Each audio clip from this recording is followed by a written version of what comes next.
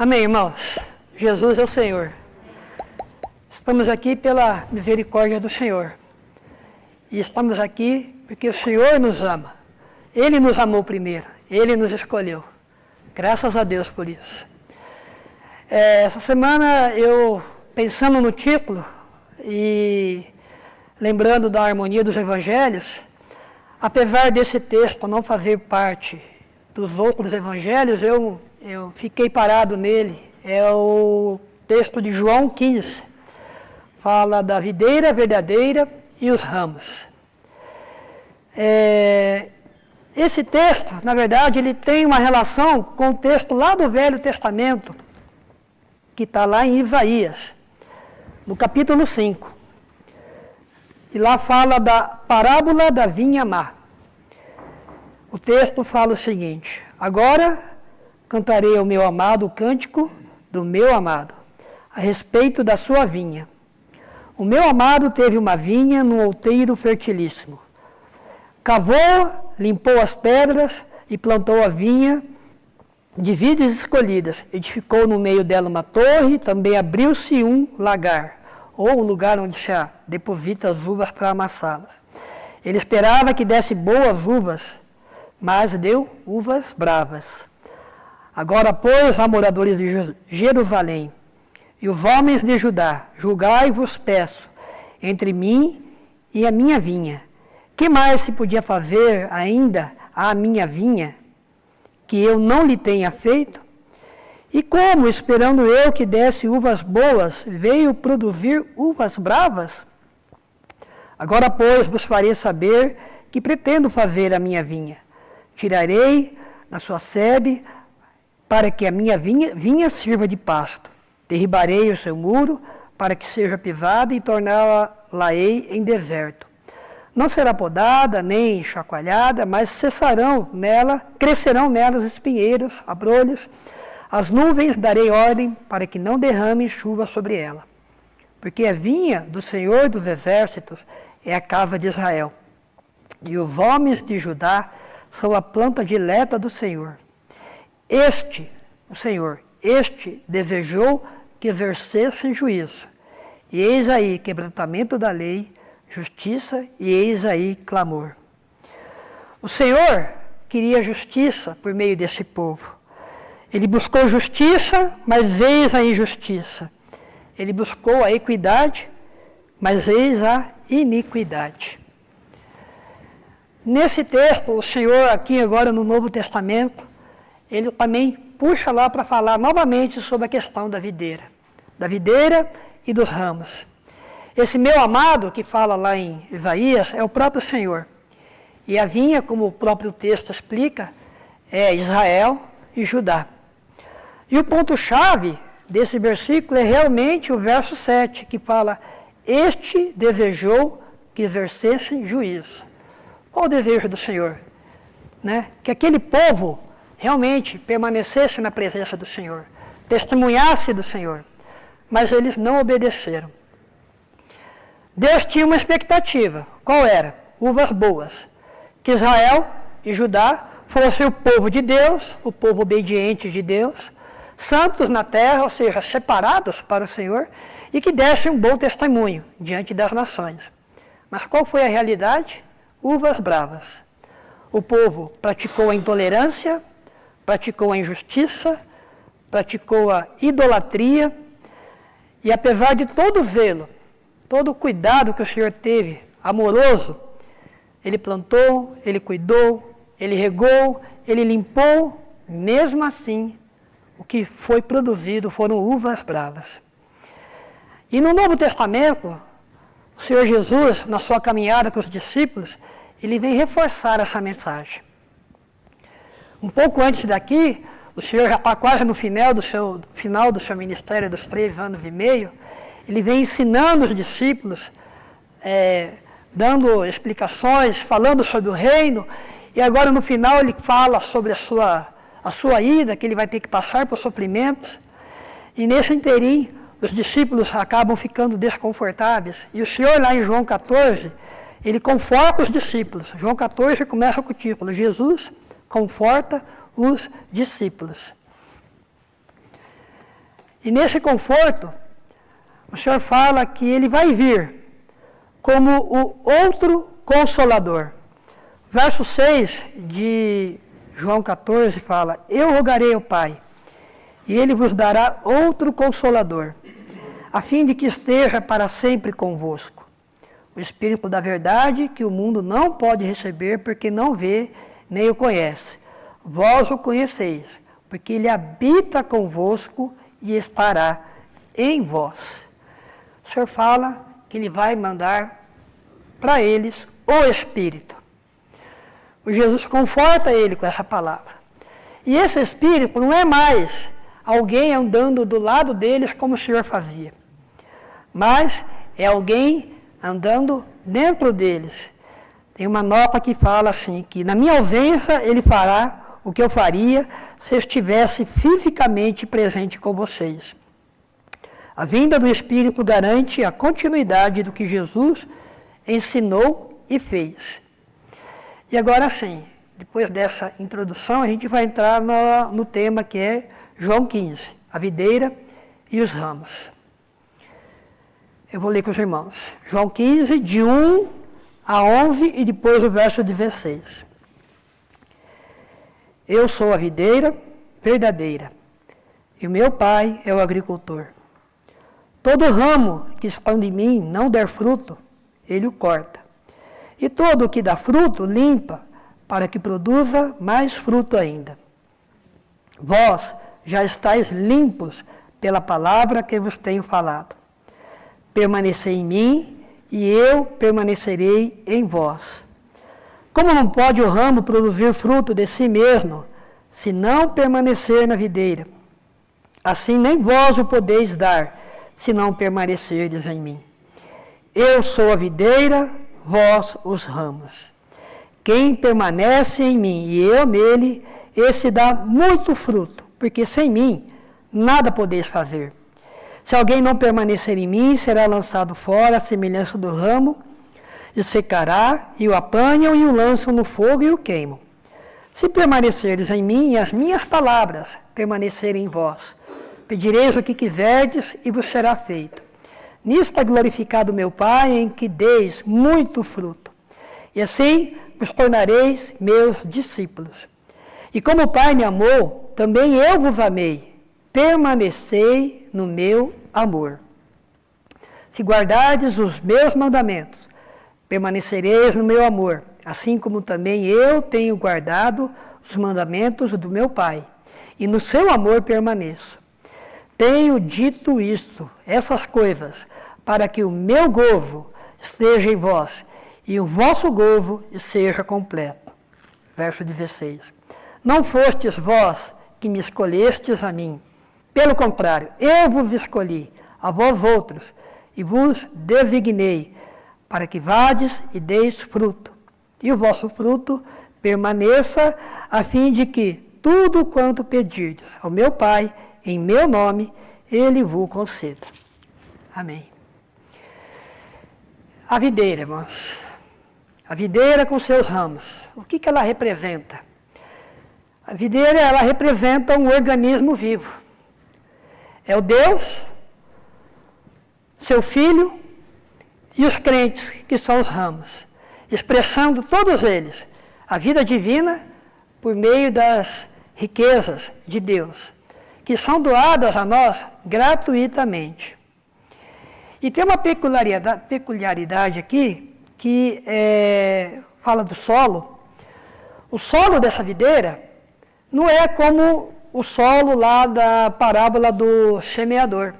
Lá na parábola do semeador, nós tínhamos 4 solos. Um solo pisado pelo caminho, duro, um solo rochoso, um solo cheio de espinhos e, por fim, um solo bom, que dava a 100, 60 e 30 por 1. Aqui o solo é bom. Esse solo ele produz, porque tem a videira, tem ramos, tem frutos, então é o solo produtivo. E quem é o agricultor? O agricultor, o cultivador do solo, o trabalhador da terra, esse é o Deus Pai. Ele é que está cultivando a terra.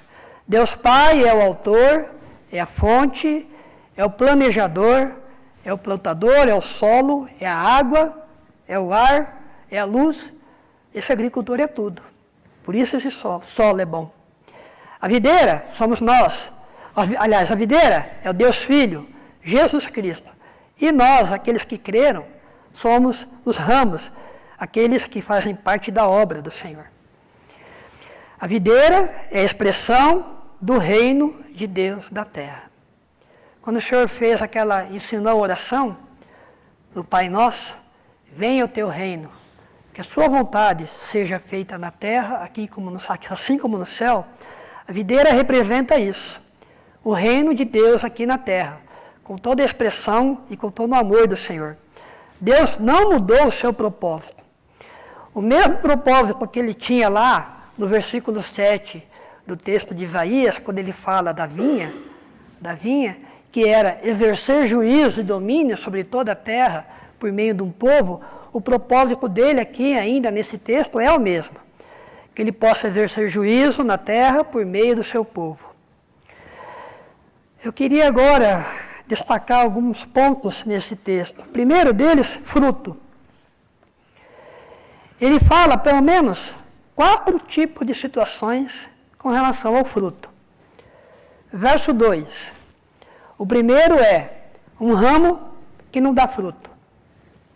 No verso 2 ainda, tem um ramo que dá fruto. E ainda no verso 2, um ramo que dá mais fruto. E por último, verso 5 e verso 8, um ramo que dá muito fruto. Todos esses ramos, eles estão ligados na videira, irmãos. Então o Senhor está falando aqui não para pessoas incrédulas, mas pessoas que creram no Senhor.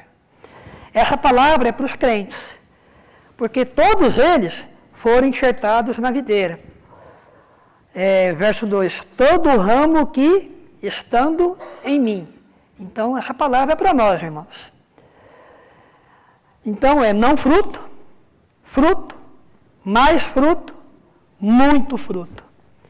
Verso 16, ele fala: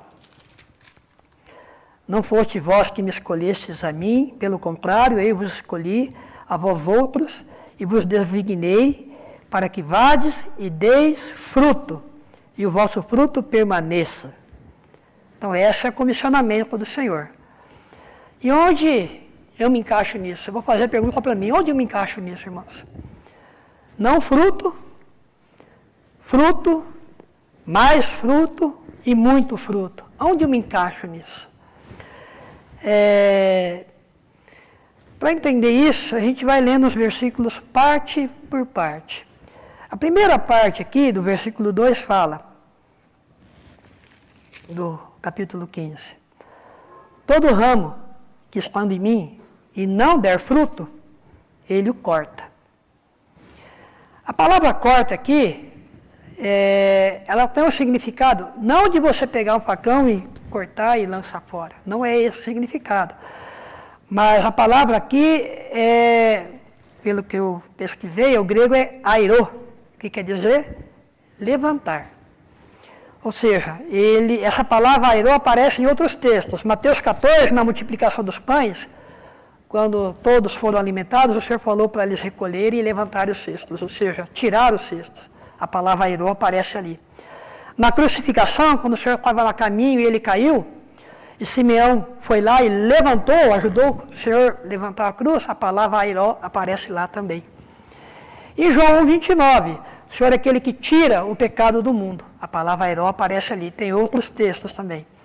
Então, cortar, daqui, nesse contexto, não é extirpar e passar o facão, mas significa levantar.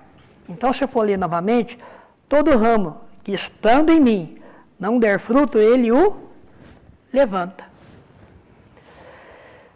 O ramo da videira, quando ele nasce, ele tende a, se não tiver nem o apoio, permanecer no chão e rastejar pelo chão.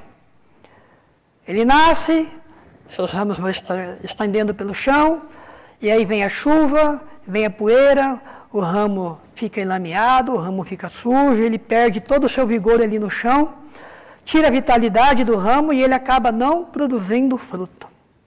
E o que tem que ser feito com esse fruto? O senhor falou aqui, levanta. Nós temos que levantar, apoiar, amarrar, sustentar o ramo. E esse levantar, na Bíblia, significa disciplina. Disciplina, irmãos, é diferente de castigo. Porque a disciplina, ela não é para castigar. A disciplina é para aproveitamento, ensino e aproveitamento. Dói momentaneamente? Dói. Mas é algo que é feito com amor. A disciplina é para aproveitamento. João 5, 17 e 18 fala: bem-aventurado é o homem a quem Deus disciplina.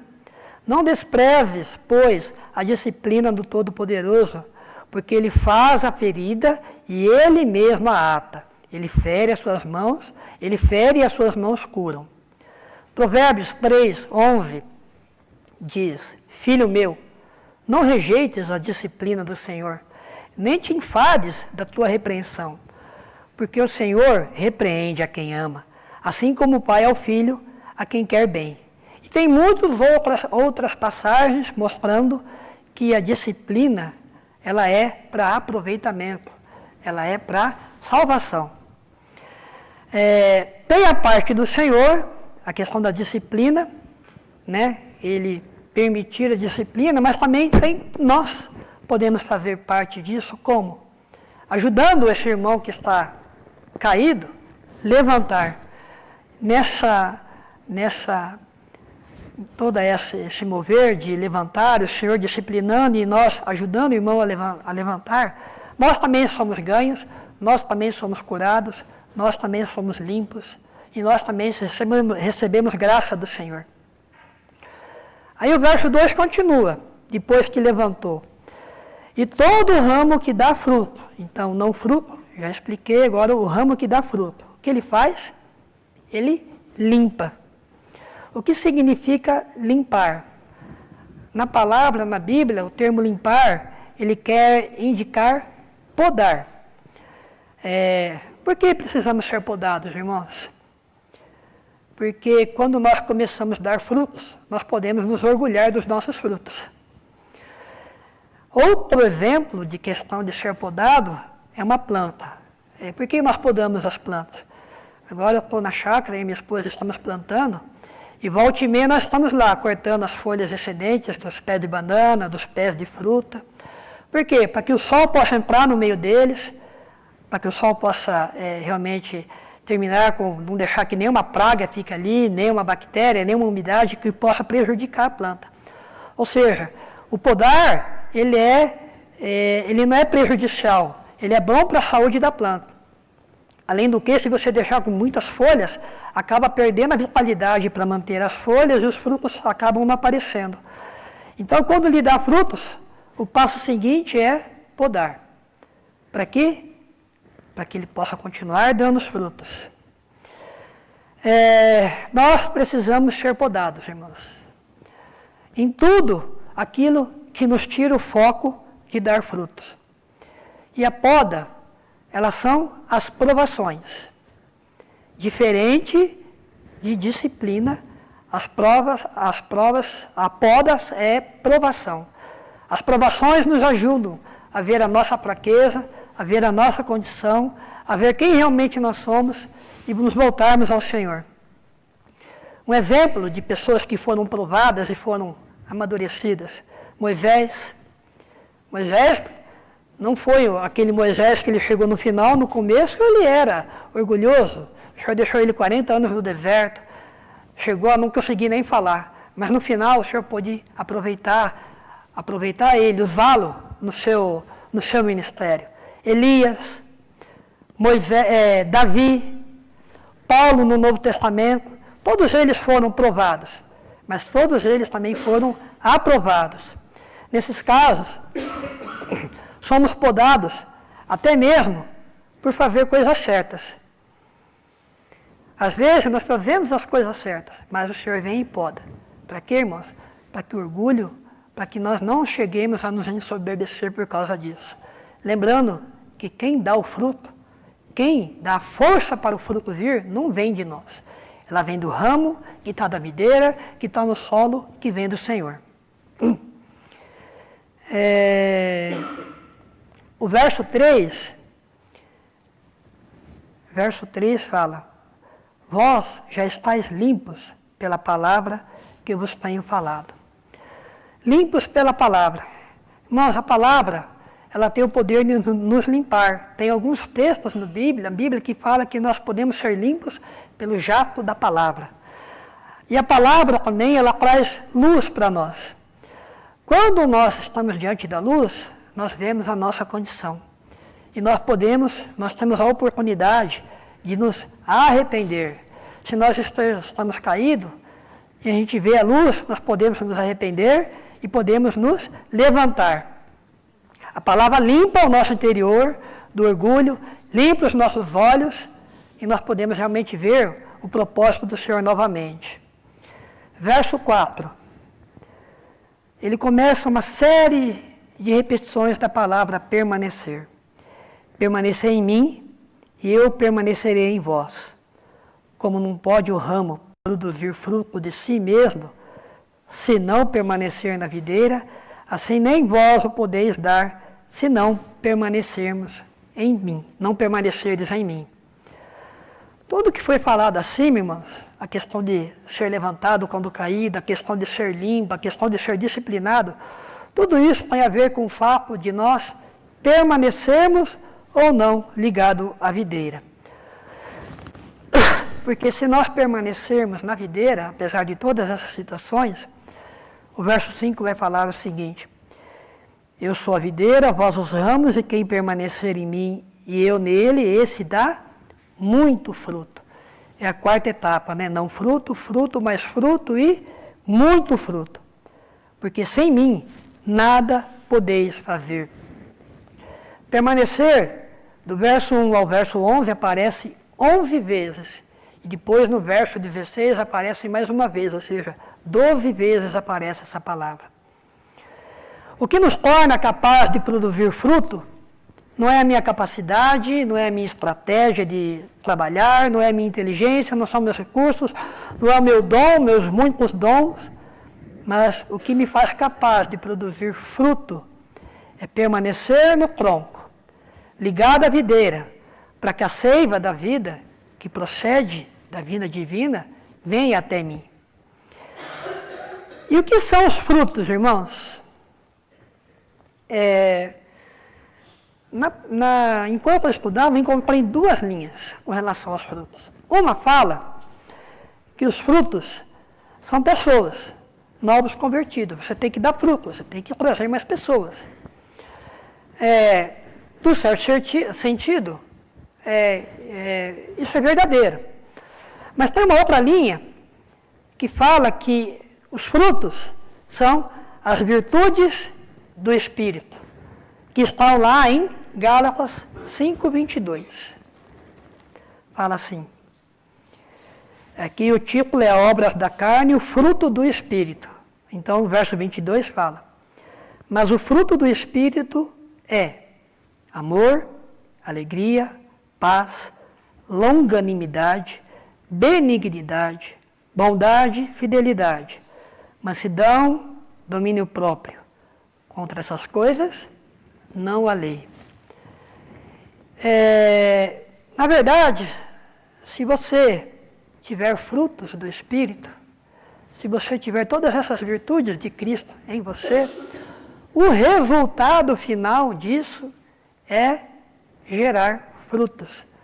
Por isso que eu acho que essas duas linhas, elas se cruzam e se tornam uma só, né? Se você tem essas atitudes, se você tem a vida de Deus dentro de você, realmente o resultado disso é que você vai ter mais frutos. Permanecer, irmãos, permanecer para um cristão não é uma opção, mas é um imperativo. Verso 4. Permanecei em mim, e eu permanecerei em vós. O Senhor não está falando aqui, se você permanecer em mim, não, ele está dizendo, permanecei. A conjugação do verbo é imperativa. Você tem que permanecer. Porque se você não ficar em mim, você não vai produzir fruto. Na prática, o que é permanecer? Permanecer é você se relacionar. Permanecer é você ter intimidade. Permanecer é você ter comunhão com Deus. Na prática, permanecer é isso. Nós nos relacionamos com Deus por meio da oração, por meio da palavra. Colossenses 3,15 fala, habite ricamente em vós a palavra de Cristo. Instruí-vos e aconselhai-vos mutuamente em toda a sabedoria. Isso é permanecer, irmãos. Fazer com que a palavra seja, fazer com que a palavra seja morada, faça morada dentro de nós. A palavra tem que habitar ricamente. Habitar é diferente de visitar, irmãos. Tem aquele que vem, ouve a palavra, abre a Bíblia, olha, aí vai para casa, põe a Bíblia lá, guarda. Aí domingo que vem, pega a Bíblia de novo, está com uma poeirinha ali em cima. O irmão abriu a Bíblia? Abriu. Mas ele visitou a Bíblia. Ele não permaneceu na Bíblia. Né? Precisamos visitar, não. Precisamos permanecer na palavra do Senhor. Sabe? Ter o hábito de abrir a palavra. Hoje tem o celular, eu não consigo ver a Bíblia no celular, primeiro por causa da visão. Mas eu não acho tão pessoal, íntimo. Eu acho que quando eu abro a palavra e tenho um lápis na mão, eu já vou riscando, isso me torna, faz com que eu fique mais íntimo da palavra. Se eu criar esse hábito, eu vou me relacionando com a palavra. E essa palavra ela vai criando um depósito dentro de mim. E quando vier aquelas provações que vão levantar, podar, eu vou me lembrar da palavra. E passando por meio da tribulação, eu vou ser consolado, eu vou ser ajudado, e eu vou passar, como fala o hino, passar sem medo a prova.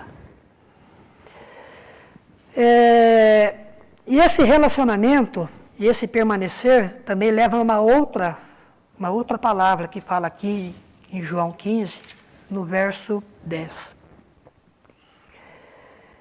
Se guardardes os meus mandamentos, permanecereis no meu amor, assim como também eu tenho guardado os mandamentos de meu Pai, e no seu amor permaneço. Se guardardes. Irmão, guardar é você obedecer. Então nós não vamos apenas na palavra para obter conhecimento. Olha, o Senhor falou isso, recitar. Mas é para ouvir e obedecer. Porque se eu não guardar os mandamentos, se eu não obedecer, o amor do Pai também não vem a mim. Quando obedecemos, algo acontece, irmãos. Quando nós somos fiéis, quando nós permanecemos, quando nós obedecemos, o verso 11 fala o seguinte: tenho dito essas coisas para que a minha alegria esteja em vós e a vossa alegria seja completa. Ou seja, quando obedecemos o Senhor, nós somos alegres em toda e qualquer situação. A característica de um cristão é ser alegre. Irmãos, ser alegre é diferente de estar alegre. Eu posso estar alegre porque eu ganhei alguma coisa, porque eu fui promovido, porque alguém fez alguma coisa boa para mim, mas isso é momentâneo. É como o Espírito no Velho Testamento que vinha e saía. Vinha e saía. Hoje, nós podemos, mais do que estar alegres no Senhor, é sermos alegres, permanecermos no Senhor. Isso também é um mandamento. 1 Tessalonicenses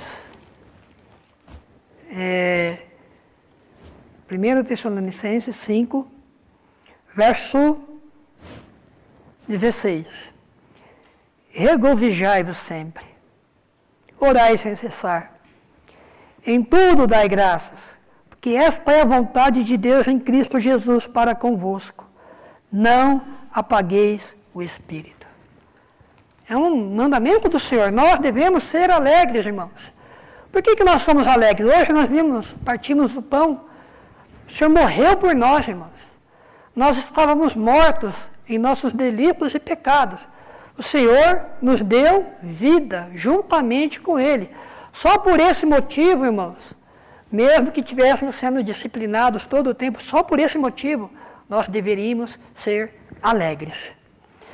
E quando nós expressamos as virtudes de Cristo, quando nós somos alegres, independente da circunstância, independente da situação, o resultado dessa alegria, dessa comunhão, desse relacionamento com o Senhor, de estarmos ligados à videira, recebendo a vida divina todos os dias, nós podemos ver lá no livro de Atos, capítulo 2. Eu vou ler para os irmãos. Como viviam os crentes? Eles perseveravam na doutrina ou no ensino dos apóstolos e na comunhão, e no partir do pão, e nas orações. Em cada alma havia temor, e muitos prodígios e sinais eram feitos por intermédio dos apóstolos. 46. Diariamente perseveravam unânimes no templo, partiam o pão de casa em casa, tomavam suas refeições com alegria e singeleza no coração, louvando a Deus e contando com a simpatia de todo o povo.